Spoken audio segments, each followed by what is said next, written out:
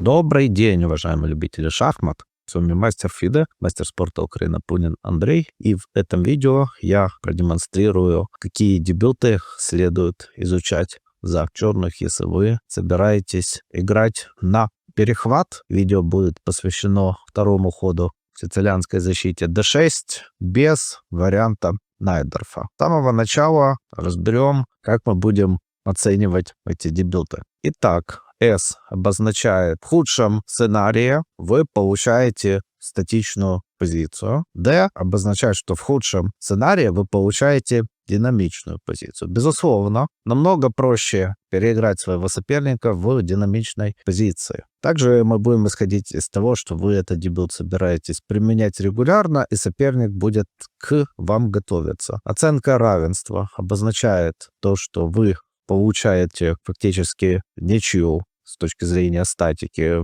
Динамическое равновесие же это к чему вы стремитесь черными. Может быть оценка плюс 0,2, но если оба соперника очень хорошо играют, чего, конечно же, в сложной позиции не случится, то получится ничья. В этом и различие. И поэтому при игре на победу динамичная позиция с оценкой столбик в пользу соперника выигрывается намного проще, чем при дебютной подготовке выучили ветку и получилось ничья, как бы у вас не было проблем, но вы на победу не претендовали. Конечно, таких дебютов всего несколько, 10 штук. Я расскажу о каждом из них. И мы начинаем. Стартовая позиция возникает после d4, cd. Мы смотрим только главные принципиальные ветки. Конь бьет d4, конь f6, конь на c3. И у черных есть несколько возможностей. Первая возможность и худшая. Так называемый венецианский вариант e5. Тут все очень просто. Действительно, так играют очень редко. Например, Накамура сделал ничью против Фабиано Каруаны, но игра за белых очень проста. И после ходов слон b5, конь bd7, конь f5, a6, слон a4, b5, слон b3, конь c5, слон g5, слон бьет f5, enf. Просто посмотрите на эту позицию. У вас слабое поле на d5, белые ударят на f6 какой-то удачной редакции, могут сделать короткую рокировку, могут сделать длинную рокировку, и вы собираетесь максимум сделать ничью, если вам повезет. Поэтому это, конечно, не самый ужасный сценарий, но и нехороший. И эта ветка идет в статичную с хорошим плюс равно для белых, и, безусловно, она будет одной из последних в этом ряду. Перемещаемся ко второму варианту, и это шевенингенский вариант Е6. Безусловно, это был бы очень хороший дебют. Каспаров с Никитиным еще до того момента, как Каспаров стал чемпионом мира, писали об этом дебюте книгу, но практика показала, что атака Кереса, ход g4, делает эту ветку неиграбельной. Если черные хотят получить более-менее позицию с какими-то шансами, то нужно играть h6, поскольку g5 серьезная угроза, a6 либо конь на c6. Разница небольшая, последует g5, конь fd7, слон e3, b5. А3 белые получили отличную редакцию английской атаки, и на практике черные очень много партий проиграют. Поэтому давно известно, что нужно играть А6, и белые также давно знают, минимум лет 10, теорию, что не надо начинать с хода H4, поскольку пешка будет подвисать, а они делают ход ладья G1. Опять-таки надо играть за черных конь на C6, слон E3, слон E7, и это лучшие хода. И проблема для черных в том, что даже не ход ферзь Е2, который является первой линией, поскольку после конь d4, это единственное, что есть у черных, слон d4, e5, слон e3, слон e6, 3-0, и конь на d7, удивительно. Ну, все это партия Карпов против Ульфа Андерсена. У белых серьезный перевес, но есть еще более забавный способ. Белые играют h3, ну и просто посмотрите на эту позицию. Вы сейчас обязаны делать ход d5 сразу, поскольку если сыграть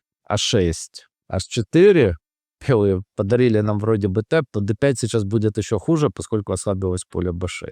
Поэтому d5, ед, конь d5, конь d5, ферзь d5, конь c6. Ну и чем бы вы не ударили на c6, ваша позиция крайне неприятна. После удара пешкой разбитая структура, после удара ферзем белый сделает 3-0, вы сделали уже ход А6, попадаете под атаку в случае короткой рокировки. Так что, безусловно, этот дебют отправляется в ту же категорию, поскольку надо отметить, что он лучше, поскольку все-таки можно выйти на игру, но, с другой стороны, вы все равно при не очень сложной подготовке белых получаете статично хуже.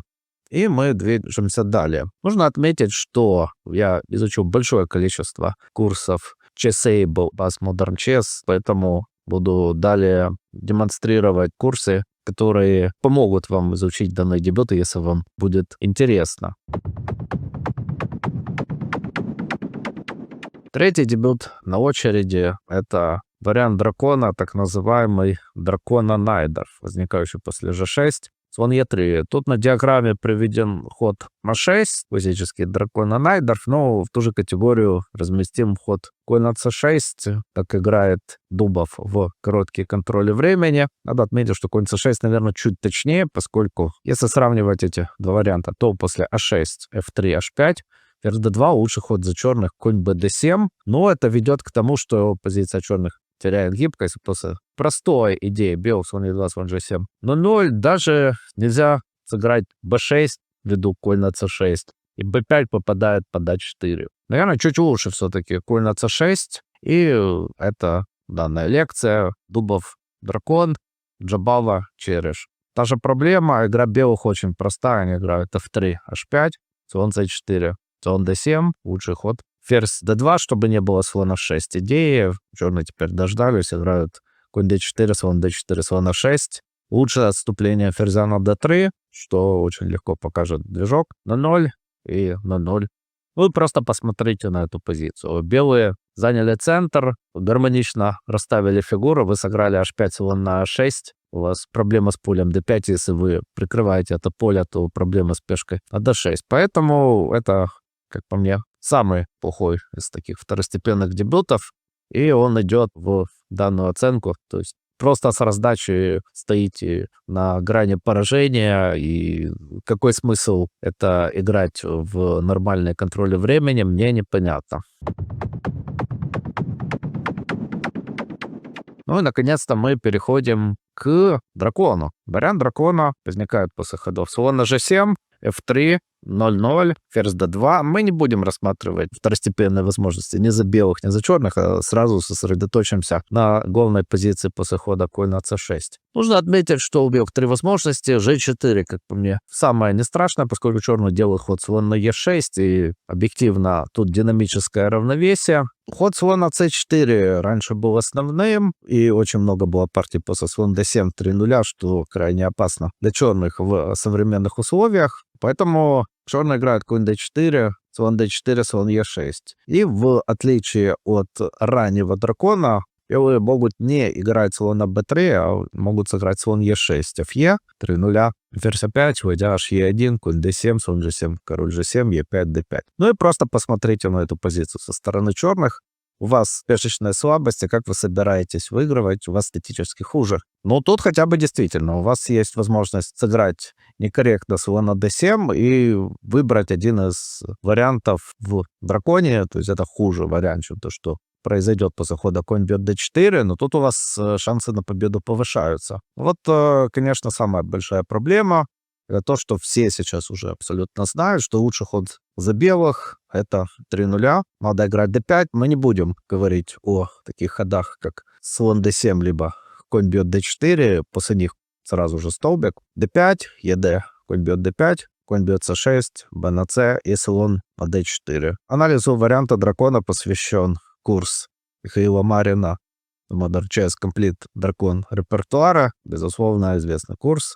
Лайфтайм репертуара Сицилиан Анишагири. Нужно отметить, что оба автора пытались доказать, что данная позиция является играбельной. И действительно, если черные очень хорошо готовы, то, видимо, и их рекомендации, и также дополнительные возможности, они дают возможность черным сделать ничью в муках. А именно конь c3, ферзь c3, слон a6, слон e3, слон e3, ферзь e3, ферзь b6, Если белые знают, что тут не надо забирать пешку на e7 играют, ладья e1, то черных неприятно. Далее слон бьет d4, ферзь бьет d4, ферзь b6, как рекомендовал Гавейн Джонс. И тут, конечно, наверное, лучший ход конь a4, но тут как раз могут возникнуть определенные обострения. Мне больше нравится ход ферзь e5, после чего, после размена коней на c3, белые хотят сыграть h4, h5. Они играют с безопасным королем. После размена ферзей в долгосрочной перспективе слабость пешки c6, а также, что белые могут создать отдаленно проходного на ферзем фланге, это все неприятно для черных. Так что здесь у черных хуже тоже. Ну и оба автора предлагают ход e5, слон на c5. После чего Марин рекомендует стандартную ветку, слон e6. Но здесь проблема в том, что все хода единственные, конь e4, ладья e8, h4. Действительно, ход h5 лучше. Слон c4, только конь f4, слон e6, ферзь d2, ладья бьет d2, конь бьет e6, слон e3, f5, конь d6, ладья e8. Ну и посмотрите на эту позицию, то есть у вас слабости, и вы соревнуетесь максимум за ничью, например, после хода белых c3. Поэтому Аниш Гири рекомендовал другой ход, ладья e8, конь e4, ферзь c7, ну и форсированная линия h4, f5, конь d6, ладья d8, конь бьет c8, ладья c8, h5, конь b6, слон бьет b6, ладья бьет d2, слон c4, шах, король f8, слон бьет c7, ладья бьет d1, ладья бьет d1, ладья c7, аж, ладья d6, слон a6, король b1, король g7. Ну и далее белые делают ход либо ладья e6, либо b4. Просто посмотрите на эту позицию. Сделали 25 ходов в дебюте. Ваш соперник легко эту ветку выучит. Все отклонения от этой ветки очень неприятны. Поэтому, безусловно, вы дальше пытаетесь делать ничего до конца партии. Поэтому, к сожалению, большому, игроков, те, которые играли в прошлом вариант дракона нынче это непопулярная борьба за ничью. Никто на высоком уровне этот дебют не играет, но он лучше, чем два предыдущих дебюта, поэтому он идет пока вверх данной категории. Ну и наконец-то мы переходим к классическому варианту, который все-таки сводится к системе Раузера. Это черные делают ход конь на c6. Плюс данной системы также в том, что ее можно разыгрывать по какой-то странной причине через ход конь на c6, если вы не хотите изучать антисицилианские и не боитесь хода слона b5. d4, cd, конь d4, конь f6, конь c3, и вместо стандартного челябинского варианта делается ход d6. Так что можно избежать каких-то антисицилианок. Это большой плюс для некоторых, поскольку их достаточное количество. Ну и все сводится к тому, что когда вы строите репертуар за черных, вы должны быть готовы к ходу слон на g5. Остальные хода либо приводят к улучшенной редакции варианта дракона за черных, либо есть ход слон c4, который ведет к достаточно острой игре, но также не требует глубокой подготовки от черных. Поэтому слон g5 — это то, к чему надо быть готовым. Я играл этот вариант и за белых, и за черных. И несмотря на то, что у меня большая практика данного варианта, но в конце прошлого года я был шокирован новостью о том, что ход g6, который предлагает еще Роман Джихашвили в своих лекциях 15-летней давности, наверное, это путь к ничьи за черных. Вот такой вот странный вариант дракона, но такая современная теория. Белые должны бить на f6, иначе просто хорошая редакция варианта дракона. И должна играть слон на b5, если он что-то претендует.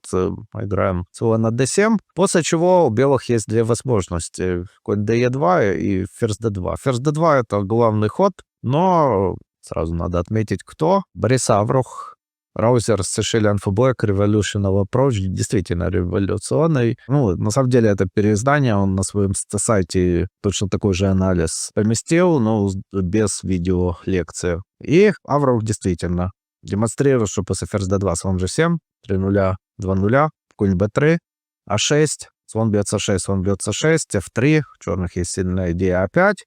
Все очень динамично, то есть черные жертвуют пешку, но после серии ходов получают за нее компенсацию. Ферзь бьет d6, ферзь бьет d6, ладья бьет d6, a4, конь c5, a3, b3, f5, конь d5, слон e5, конь e7, король g7, ладья d1, fe, конь бьет c6, b на c. Белые забирают чем-то пешку на e4, и компенсация за пешку заметна, поскольку игра по полям черного цвета, и черные наверняка, если выучат это еще глубже, достаточно легко, в отличие от варианта дракона, сделают ничью. Ну, сразу отметим минус данного варианта. Во-первых, после хода конь d2, слон e6, белые могут вообще не готовиться, сыграть конь d4, слон d7 и отфиксировали ничью. То есть сразу это говорит нам о том, что играть этот вариант на победу невозможно. Любой 1700 игрок, увидевший, что вы один раз так сыграли и услышавший подсказку тренера, сделает с вами ничью. Так что сразу вариант отпадает до игры на победу. Но, тем не менее, если говорить о том, что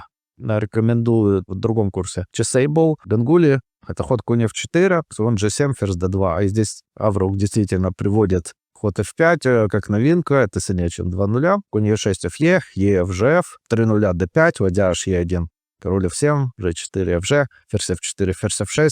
Но опять-таки вариант максимум на ничью, поскольку белые здесь могут проверить ваши знания и сыграть ферзь c7, ферзь e7, ферзь f4, ферзь f6, отфиксировав ничью. Ну, ферзь g4 принципиально, но тогда вы играете ладья e8, затем король убегает на g8, разноцветные слоны, и это обычно признак того, что если вы еще глубже посмотрите данную позицию, то вы сможете сделать ничью. Поэтому данный вариант, безусловно, лучше всех предыдущих, но он идет только сюда. Черные делают ничью не в муках, как в варианте дракона при идеальной защите, а достаточно легко выучили домашний анализ, сделали несколько ходов и разошлись по домам. Так что, если вы стремитесь к какой-то простой сицилианской защите выучить теорию, то это ваш выбор. Но мы двигаемся дальше. И дальше у нас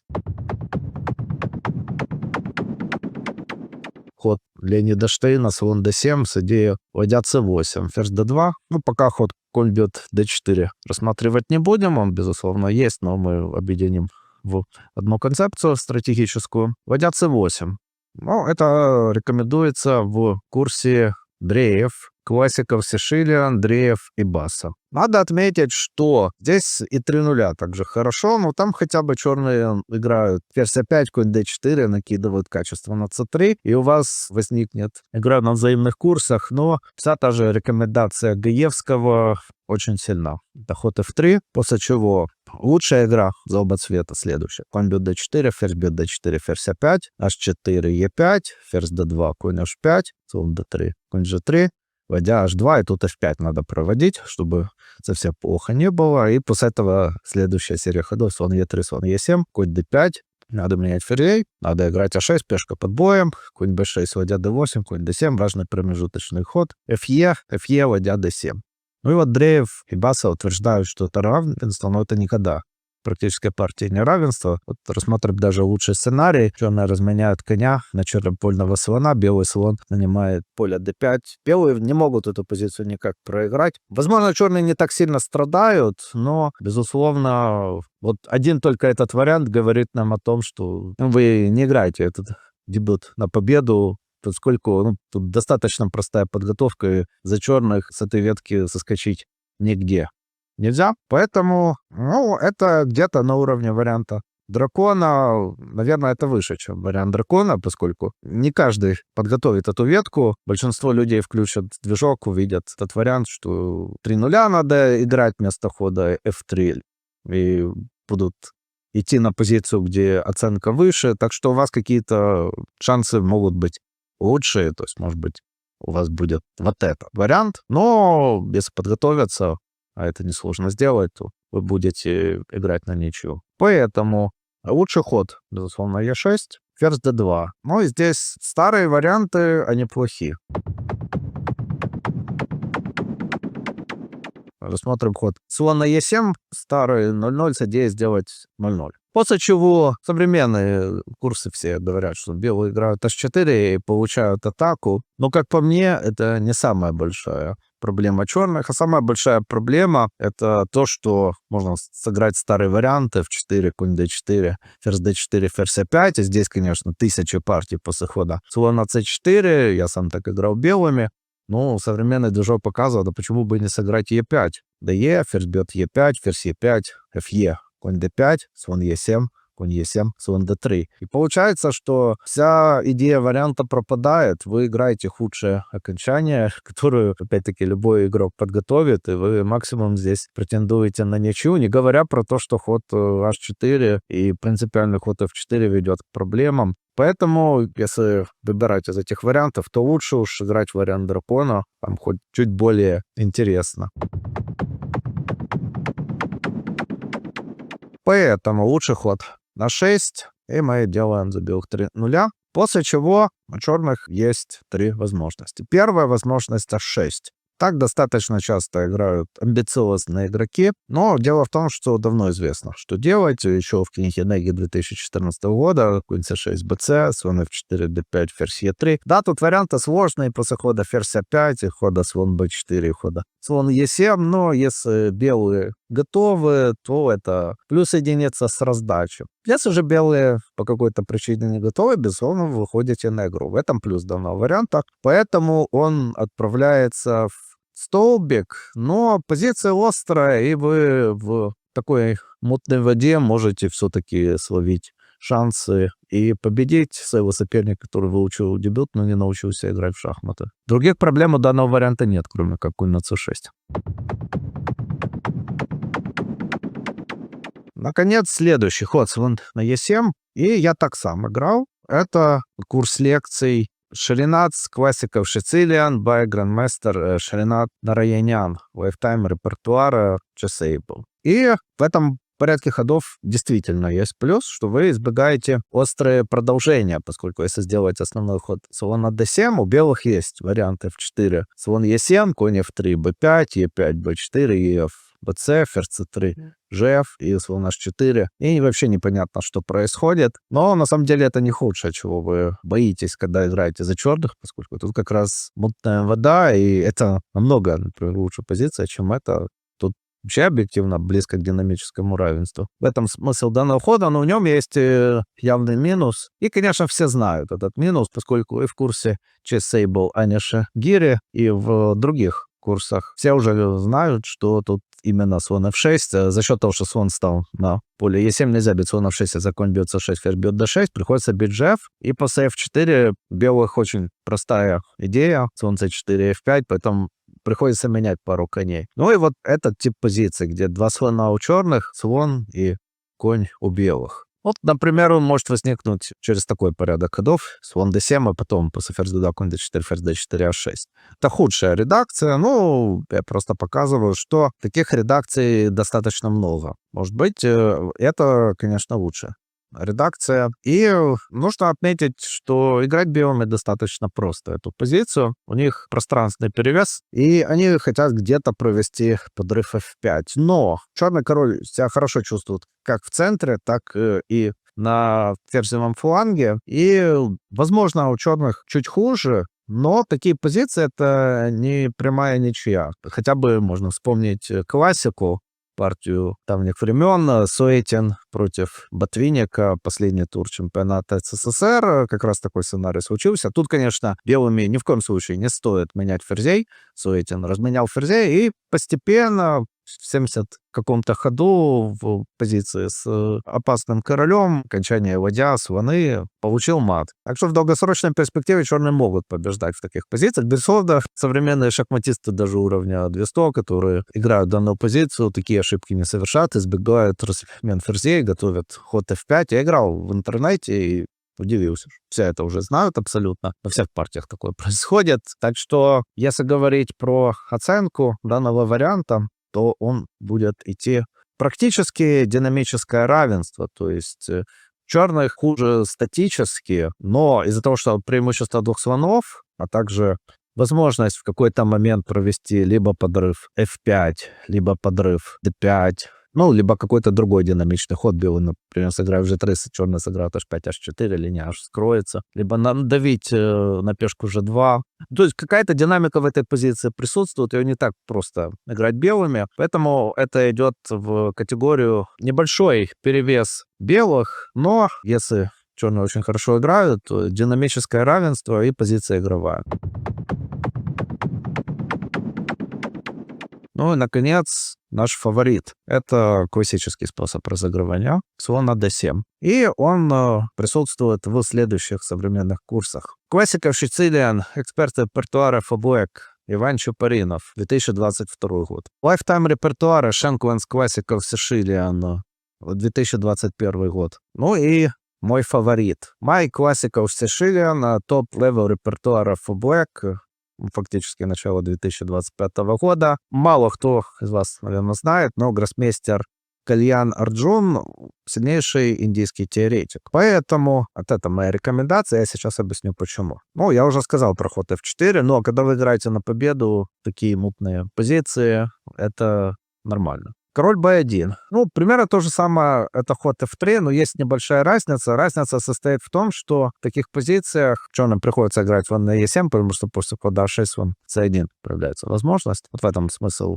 Начать с хода король b1, на самом деле, очень похожие хода могут перейти один в другой. После конь d4, ферзь d4, слон e7. Белые играют f3. Проблема хода f4 заключается в том, что черные готовы уже к этим вариантам, когда был сделан ход король на b1. Поэтому белые собираются провести английскую атаку. Черные играют ферзь на c7, h4, начинают собственную атаку, b5. И белые делают сильный ход ферзь на d2. Ну, это не так очевидно, это нужна подготовка белых, но фактически во всех курсах и курс Анишагир, и курс Даевского, и новый курс Гангулев всем рекомендуют данную расстановку. Белые хотят поставить слон d3, конь e2, и поле d4 освободили для коня. И тут у черных есть две возможности. Сэм Шенкланд предлагает b4, конь e2 опять. Но c4 очень сильный ход. И, как по мне, это не так хорошо для черных. Джон Кальян же рекомендует ход a6, слон e3, h5, слон d3, b4, конь e2 опять.